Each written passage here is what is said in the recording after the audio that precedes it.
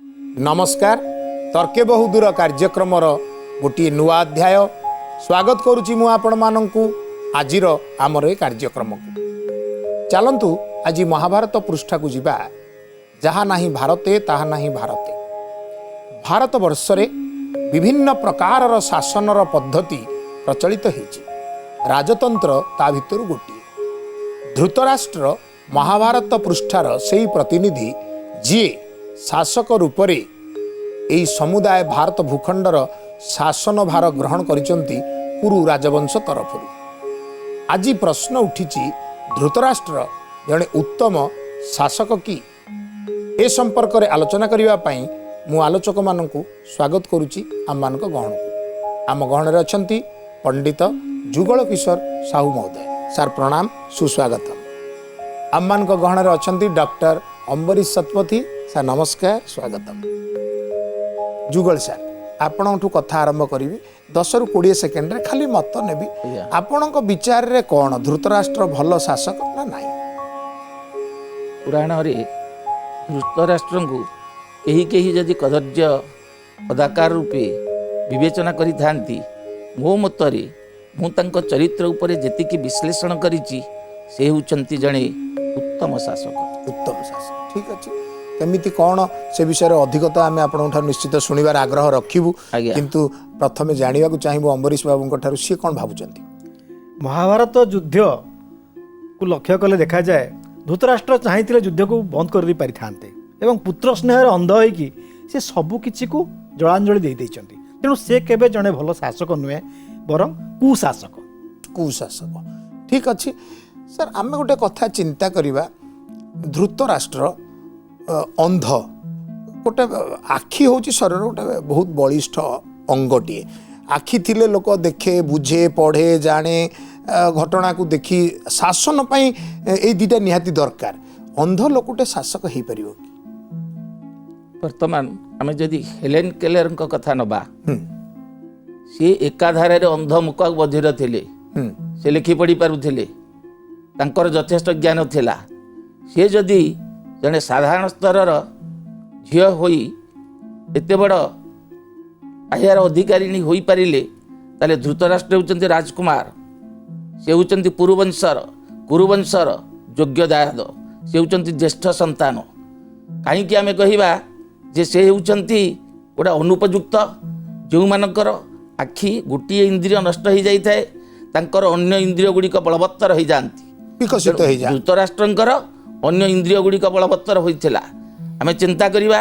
जिते लुहा भीम को आनी धृतराष्ट्र पाखे दिगला सेतेबेले से जदि कुस्ती विद्या बा मल विद्या शिक्षा करि नथांते ताले कोन से केबेले चापिकी लुहा भीम को चुना कर दी पारिथांते कि नहीं ताले से विद्यार अधिकारी से होई परिथिले निश्चित रूप से तो भीष्मठारु प्रत्यक्ष रूप में अच्छा जो मानकर पाठ पढ़ी जानी नाहंती से माने शुणिकी कौन करवा ना मन रखिपारे से वेदर अन्य नाम थिला श्रुति धृतराष्ट्रंकर श्रुति शक्ति प्रबल थिला जेमिति आमे कहबा भीम भई से होचंती अंध किंतु से तो काव्य कविता सब लिखि जाइछंती ना आपण जेते गुडे कथा कहिले सेथिरु तांकर गुण गुड़िक जना पड़ुची किंतु ए गुण गुड़िक व्यवहार करबा शासन रे से उणा करथिले कि आपन विचार रे निश्चय देखंतु भीष्म थिले कुरु राजसभा प्रति राज सिंहासन प्रति सचेतन बा सी जहाँ प्रोटेक्शन दौले किंतु तांकर परामर्श विदुरंकर परामर्श कृष्ण भगवान परामर्श किछि से ग्रहण करना पुत्र स्नेह एमती अंध तांको पुत्र जहाँ चाहिला छोट बेलू ताको पूरण कर चलले जदि से पुओ को शासन करता जति महाभारत को बुझी कहिबी सार जहाँ कहउचंती भल कथा कहउचंती किंतु धृतराष्ट्र से सब किछि ग्रहण करि नाहंती धृतराष्ट्र किए कहिथिला जे युद्ध होगापी सी कौन युद्ध होगापी केबे हेले अनुमति देइछंती कि अच्छा धृतराष्ट्र पशा खेल पे अनुमति देदेले सेटा कौन तांकर जड़े शासक हिसाब से अन्याय केबे हेले अन्याय नुह कारण सेटा होची राजा मानकर धर्म देखंतु तांकर होची पशा खेल कथा जेतेबेले कुरु सभा तले वस्त्रहरण है से उपस्थित थे जदिव से देखिपार सब जापे सब जाणिकी से बंद करते धृतराष्ट्र कही था दुर्योधन दुशासन तुम्हें समस्ते ए कार्य बंद कर ताले कथा रही था कहीं सी सम्राट तांको कथा को समस्ते ग्रहण करते किंतु तांकर से कर्तृत्व थिला गोटे शासकर मुख्य जिनस होची एडमिनिस्ट्रेशन बा कर्तृत्व जितेबले धृतराष्ट्र राज्य सिंहासन ग्रहण करिवार कथा आसिला ज्येष्ठ हिसाब रे विदुर सेतबेले भीष्मଙ୍କ आगरे राजनीति विज्ञान पाठ पढ़े कहले जे यांकर देखि परिवार शक्ति नथिबारु यांकु आमे रजा करिवाटा ठीक हबो नाही ये तांकर असामर्थ्य प्रकाश करिवो तद्वारा तांकु सिंहासन रु बारण करागला तांको सान भाई को बसागला किंतु देखागला परवर्ती पर्यायर जेतेबेले तांको सान भाई सीए बण भितर को तांको अभिशापग्रस्त होइबा तांको शरीर रोगाक्रांत होबारु पळेले इत्यादि इत्यादि सेतेबेले धृतराष्ट्र ए सिंहासन को ग्रहण कले तामाने सेतेबेले असमर्थ थिले एबे केमती समर्थ होई गले ताले एथुर कथारु लागुची धृतराष्ट्रଙ୍କ प्रति कोठी ना कोठी अन्याय हेची आ से अन्याय होइथिबारु से जानि सुनी मध्ये सब कथा को सही जाउचंती जहा होची होई जाउ ना कोन कहबे अमरीश बाबू ना अन्याय हेनी जेहेतु पांडु अकाल मृत्युवरण कले तेणु तांको राज्य दिगला बदल शासन करुले भीष्म शासन करुले दुर्योधन पर युवराज हेले किंतु प्रकृत शासन क्षमता रही भीष्म हाथ में एवं द्रोण कृपाचार्य इत्यादि अन्य मानकर परामर्श रे राज्य शासन चलता ना ना शुणु धृतराष्ट्र दुर्योधन को युवराज करे ना आगे आपण कहीदेले से कथाटा को आम विश्वास करूनी कारण पुराण रे कथा लिखाई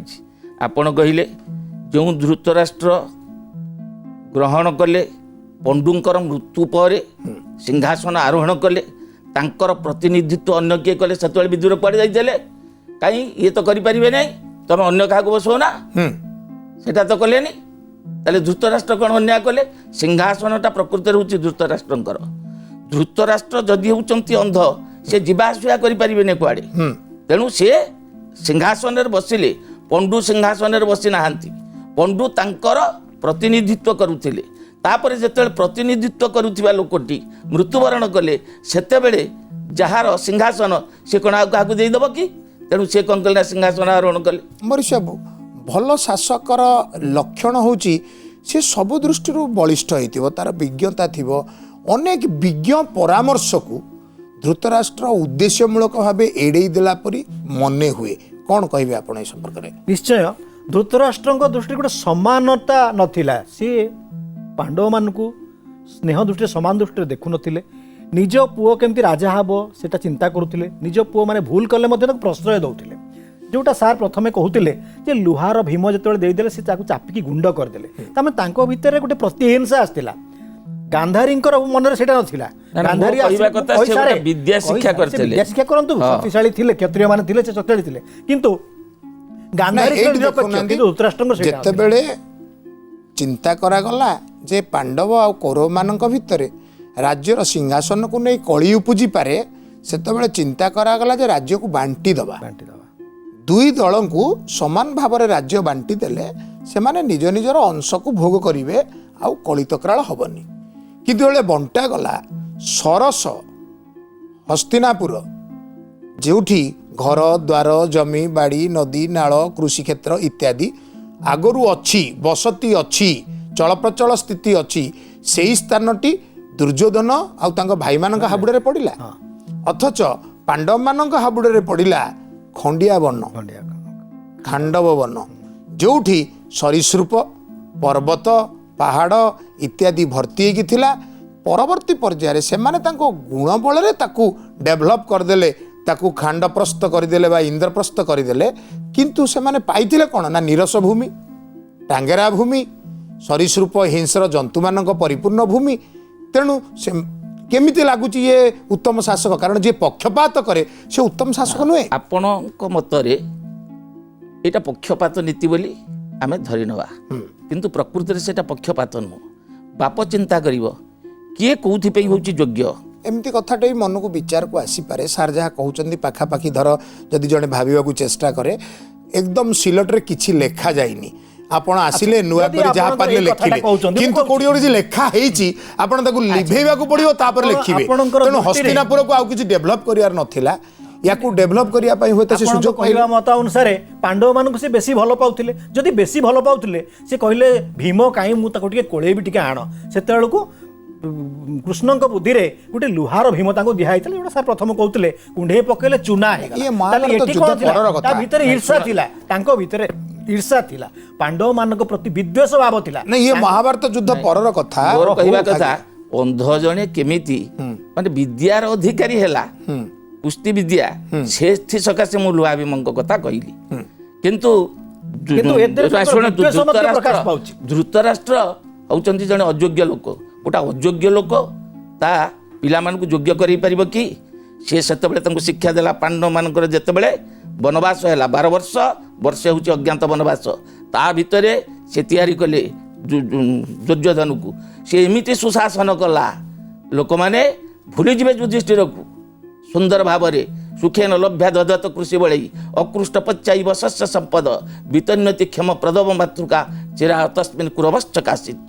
ये दुर्योधन को शिखेले आरे सेठी इंद्रप्रस्थरे जेमिति सुजला सुफला ହେଇଛି तू सेमिति कौन कर। ये कुरु राज्य एठी वृष्टिपात विशेष नाही, तेणु केनाल द्वारा जलसेचन करा जहाँफल कि भल कृषि हो पार। ये कृषिर प्रचलन करेले न्याय केमिति हम, प्रजा माने केमिति रहिबे मंगल रे से सुशासन कला। जदि धृतराष्ट्र ए शिक्षा न दे था से जड़े उपयुक्त शासक न होता ताले पुओ को कौन केबे उपयुक्त बाटर परिचालित कर पारि थांते कि? धृतराष्ट्र कौन जड़े उत्तम शासक थिले? विरति पूर्वर आम चर्चा करुले सार आप भल कथा टे कहते मो मन को भी विचार आसूला जे युधिष्ठिर चर पठे विराट राज्य थाई जे जाओ राज्यर भल मंद बुझी आसब जे मो भाई दुर्योधनर अमल लोक आउ कष्ट नहांती तो दुर्योधन जो कथा कहला दुर्योधन संपर्क जो कथा कहला युधिष्ठिर आश्चर्य हेले जे लोक मैंने भूरी भूरी प्रशंसा करुँच कारण ये चलीगले लक्षे भार जो सुना दिए किए ना लक्ष्मी माँ प्रत्येक दिन दुर्योधन को दौले तेणु दुर्योधन अनेक धन विनियोग करी कृषि ठारू आरंभ करी शिक्षा पर्यंत समस्त किछि लोक मान व्यवस्था करते लोक मान भूरी भूरी प्रशंसा करुले। तेणु आपड़ जो कहते ता पछरे निश्चित धृतराष्ट्र हाथ थिबो याकू अस्वीकार न करा जाई पारे। कौन कहबे आपण? ये सबु तथ्य उपर देखे आलोचना कले आपणकर प्रश्न जो थिला आलोचना विषय शासक जड़े शासक से तार विभिन्न दिगत आलोचना निश्चय करवा किंतु से निरपेक्ष नथिले। जेमती गांधारी जेतले तांको पाखु जाइछन्ती दुर्योधन से कहछन्ती गांधारी देला जननी प्राणर सुमहत परिचय अक्षय हेउ पुण्य जगते धर्मर हेउ जय। तेणु से धर्मर जय पई कहछन्ती किंतु धृतराष्ट्र से भଳି नथिले। से अधर्म को समर्थन करथिले, अन्याय को समर्थन करथिले। अधर्म को समर्थन करथिले ना तांको पुत्रर जय हो बोली समर्थन करथिले? पुत्र तो अधर्म पथरे थिले तेणु तांकु जे समर्थन कला से अधर्म को समर्थन कला। कर्ण मध्य काहेकि ये प्रश्नटा उठिछि अमरीश बाबू यदि भीष्म विचार करुचंती से पांडव हुअंतु से कृष्ण हुअंतु जीए कुरु राज्य को आखि टेकी चाहूची सी होची शत्रु। तेणु शासक हिसाब से धृतराष्ट्र भी से भावुथिबे पंडुपुत्र हुअंतु वासुदेव कृष्ण हुअंतु अन्य माने जी हुअंतु कुरु राज्य उपरे जे विपत्ति आनिकी आसुची सी आमर शत्रु। तेणु तांको प्रतिहत करिया पई से युद्ध करुथिबे। जेतेबेले पांच खंडी गाँ मागिया को आस्तिले जेतेबेले कहिला दुर्योधन बिना युद्धे देवी नाही सूच्यग्र मेदिनी सेठी भी धृतराष्ट्र उपस्थित थिले। धृतराष्ट्र होउचंती हस्तिना सिंहासनर अधिकारी।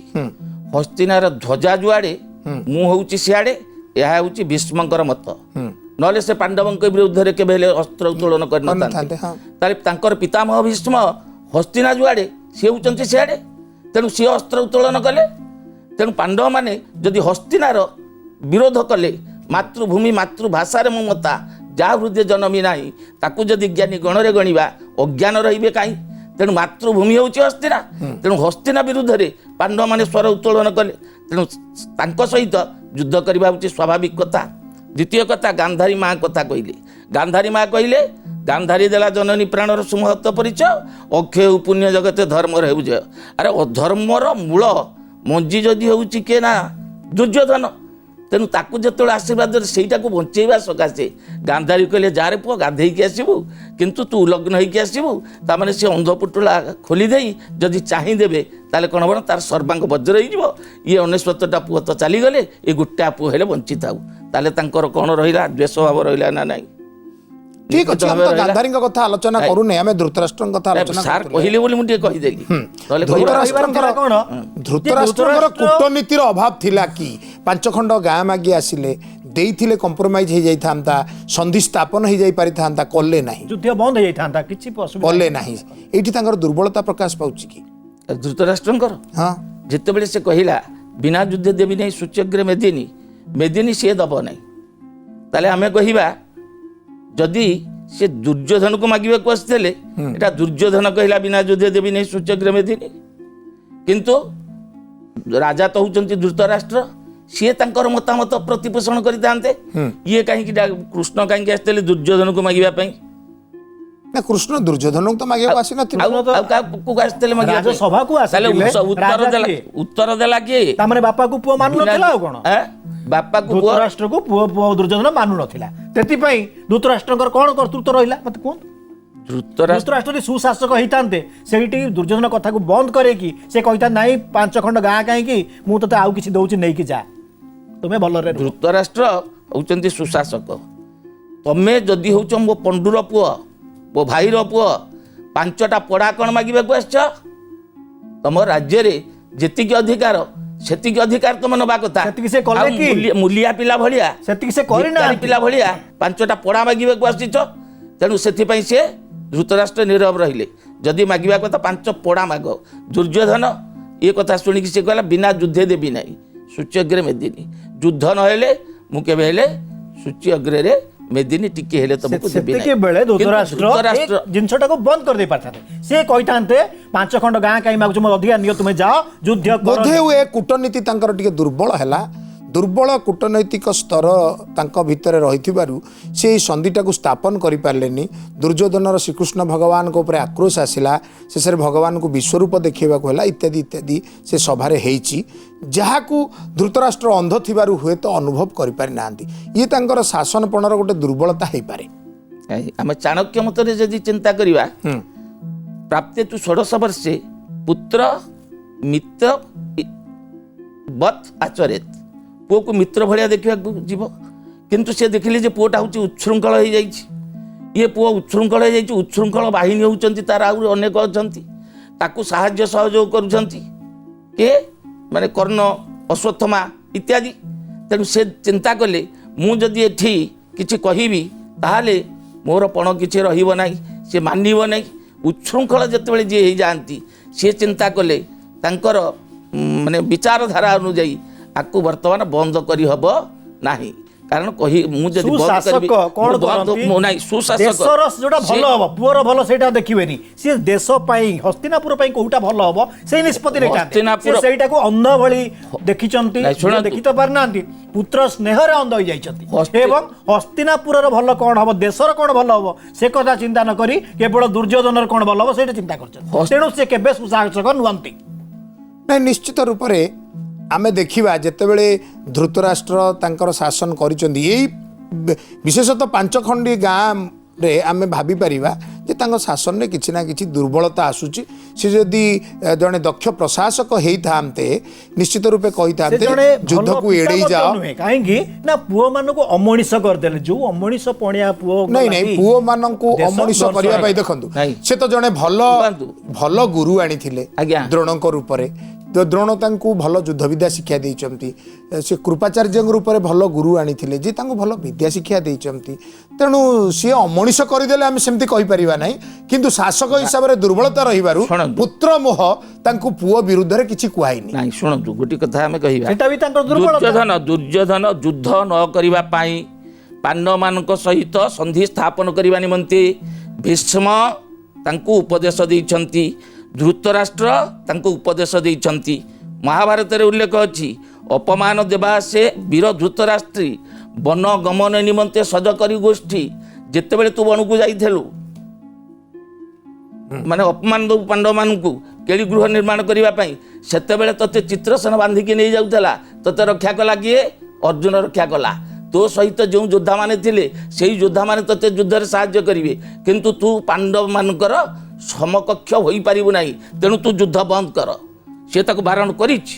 ଭୀଷ୍ମ ତାଙ୍କୁ ବାରଣ କରିଛନ୍ତି ଦ୍ରୋଣ ବାରଣ କରିଛନ୍ତି କୃପାଚାର୍ଯ୍ୟ ବାରଣ କରିଛନ୍ତି, ସମସ୍ତେ ତାଙ୍କୁ ବାରଣ କରିବା ସତ୍ତ୍ୱେ ସେ ଅମାନିଆ ଦୁର୍ଯ୍ୟୋଧନ କ'ଣ କରିছে ନା ମାନି ନାହିଁ। ସେଟା କାହା ଲାଗି ଦାୟୀ? ତାର ଆମେ ଯଦି କହିବା ପୁଅ ଝିଅ ଯଦି ସେଥିପାଇଁ ଅଯୋଗ୍ୟ ହେଲେ, ବାପା ତାର ବାପା ମା ବାପା ଧୃତରାଷ୍ଟ୍ର ମୁଁ ପାଠ ବାପା ଧୃତରାଷ୍ଟ୍ର ଦାୟୀ ପଢିଲା ହେଇପାରେ। ନାହିଁ କ'ଣ ମୁଁ ହେଉଛି ଦାୟୀ? ବାପା ଧୃତରାଷ୍ଟ୍ର ଦାୟୀ ହେଇପାରନ୍ତି, ଶାସକ ଧୃତରାଷ୍ଟ୍ର ଦାୟୀ ହେବେ କି ନା ବିଚାର କରିବାକୁ ପଡ଼ିବ। କିନ୍ତୁ ଶାସକ କଠୋର ହେଇଥିଲେ ଦୁର୍ଯ୍ୟୋଧନ ଆଉ ଟିକେ ଶୃଙ୍ଖଳିତ ହେଇଥାନ୍ତେ। ସମୟ ସରି ଆସୁଛି, ଆସନ୍ତୁ ଶେଷ ମତ ନେବା। 10 ସେକେଣ୍ଡ ଆପଣ କ'ଣ କହିବେ?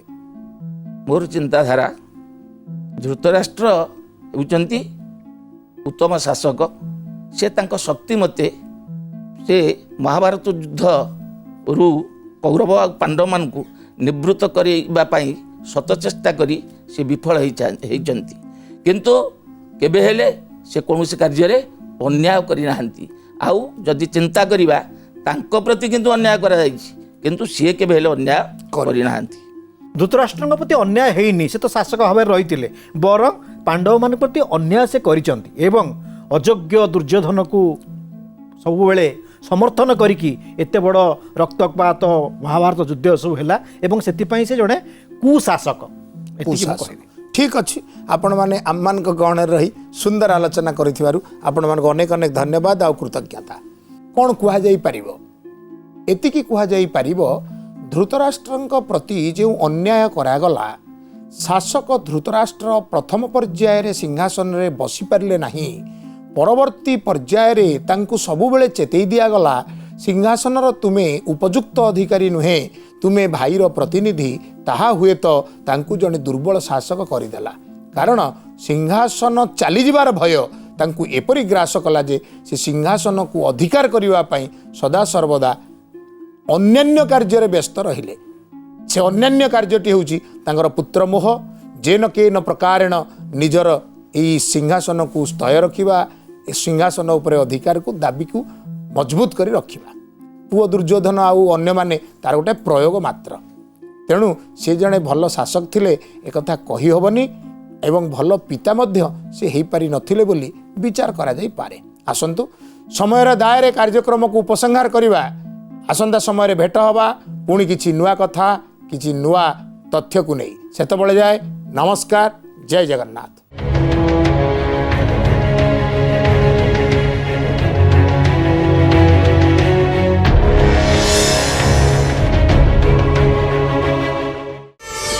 प्रार्थना आम आनंदर उत्स।